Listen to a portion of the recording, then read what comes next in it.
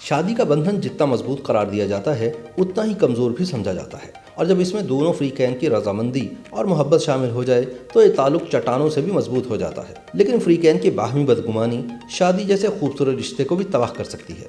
کئی پاکستانی شوبز ستاروں نے محبت کے بعد جھٹ پٹ شادیاں کر لیں، لیکن ان میں کچھ بدقسمتی سے زیادہ عرصہ نہ چل پائے۔ آئیے جانتے ہیں انہی ناکام شادیوں کے بارے میں۔ نعیم بخاری اور طاہرہ سید کی گریسفل جوڑی کو لوگ رشک کی نگاہ سے دیکھتے تھے۔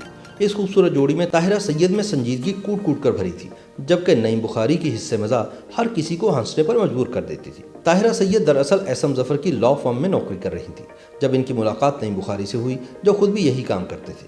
طاہرہ سید جلد ہی نعیم بخاری کی پروقار شخصیت اور ان کی حصے مزاح سے متاثر ہو گئی۔ پھر نعیم بخاری نے انہیں پرپوز کیا اور دونوں کی شادی ہو گئی۔ ان کی شادی 12 سال تک چلی، جس دوران ان کے 2 بچے بھی ہوئے۔ تاہم 12 برس کی رفاقت کے بعد دونوں نے باہمی رضامندی سے اپنے راستے جدا کر لیے۔ طوطا اور مینا کی جوڑی گلوکارہ حمیرہ ارشد اور ماڈل احمد بٹ جب رشتہ ازدواج میں بندھے تو ان کی محبت کی مثالیں دی جاتی تھیں۔ دونوں ایک دوسرے کے دیوانے تھے، لیکن قریبی ساتھیوں کا کہنا ہے کہ جو نظر آتا تھا ویسا دراصل تھا نہیں۔ شادی کے کچھ ہی عرصے بعد ان دونوں میں اختلافات پیدا ہونا شروع ہو گئے، جس کی بنیادی وجہ احمد بٹ کا ادھر ادھر منہ مارنا تھا۔ اس دوران ان کا ایک بیٹا بھی پیدا ہوا، لیکن جھگڑے تھے کہ بڑھتے ہی چلے گئے۔ 3 سال پہلے حمیرہ ارشد نے گھر میں پولیس کو بلایا اور اپنے شوہر احمد بٹ کو گرفتار کروا دیا، کیونکہ وہ ان کے ساتھ مار پیٹ کر رہا تھا اور بچے کو چھیننے کی دھمکیاں دے رہا تھا۔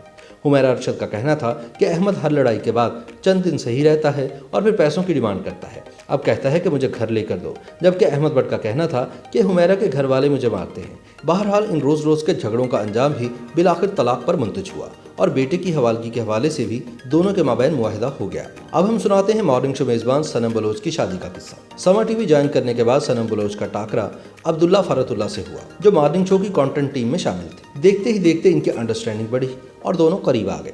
یہ رشتہ دوستی میں بدل گیا اور پھر صنم بلوچ کو اکثر عبداللہ کے ساتھ دیکھا جانے لگا۔ پھر ایک روز اچانک دونوں نے ایک ہونے کا فیصلہ کیا۔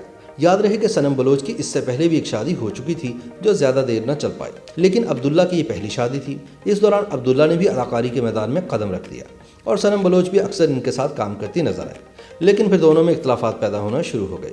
لوگوں کا خیال ہے کہ اس کا ایک پس منظر اولاد بھی ہے۔ صنم بلوچ کو بچوں کا بہت شوق تھا، جبکہ عبداللہ اولاد میں کچھ خاص دلچسپی نہیں رکھتے تھے۔ چنانچہ دونوں کے درمیان مزید چھوٹی چھوٹی باتوں کو لے کر بھی فاصلے پیدا ہو گئے، اور پھر اس جوڑے نے باہمی رضامندی سے علیحدگی کا فیصلہ کر لیا۔ گلوکار اور اداکار نعمان جاوید نے سن 2016 میں گلوکارہ فریحہ پرویز سے شادی کی۔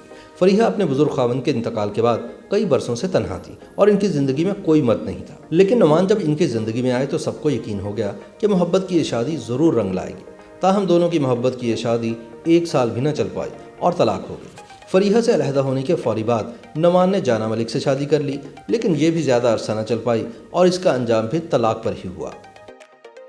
YouTube پر گوگلی نیوز دیکھنے کے لیے youtube.com کی سرچ بار میں googly news T V type کریں۔ گوگلی نیوز کے پیج پر سرخ رنگ کے سبسکرپشن والے بٹن پر کلک کرنا نہ بھولیے۔ YouTube پیج پر اپلوڈ ہونے والی ویڈیوز سے باخبر رہنے کے لیے بیل آئیکن پر کلک کیجیے۔ آپ کو ہر نئی ویڈیو کے بارے میں نوٹیفیکیشن موصول ہو جائے گا۔